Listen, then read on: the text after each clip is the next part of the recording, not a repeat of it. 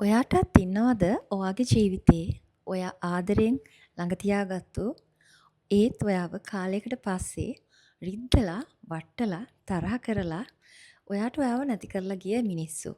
අපි හැමෝටම එහෙම මිනිස්සු මේ ජීවිතේ හම්බෙලා තියෙනවා. ඒක හරි ස්වභාවිකයි. අපි මිනිස්සුනේ. හැබැයි මං ඔයාලට කියලා දෙන්නම්.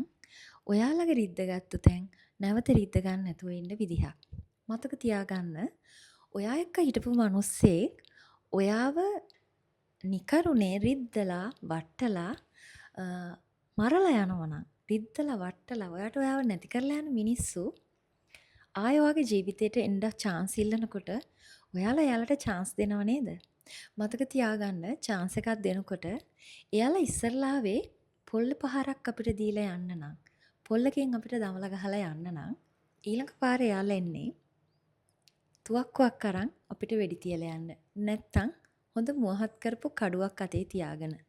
පළවෙනි පාර රිද්දලා වට්ටලා අපිට අපිව නැති කරලා යන මිනිස්සු දෙවෙනි පාර එන්නේ නැහැ අපිව ජීවිතේ උස්සලා උඩ තියන්න. ඒගොල්ලෝ හැමතිස්සෙම අපි එක්ක ඇරියස් එකක් කවර් කරගන්න තමයි එන්නේ.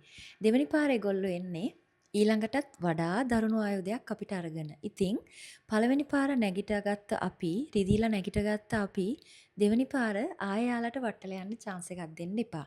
බුද්ධිමත් වෙන්න. ජීවිතේ වැරදෙන තැන් වැටෙන තැන් තිබ්බට කමක් නැහැ. හැබැයි ආයෙ නැගිටලා බුද්ධිමත්ව මුහුණ දෙන්න. ඒකට තමයි අර කියන්නේ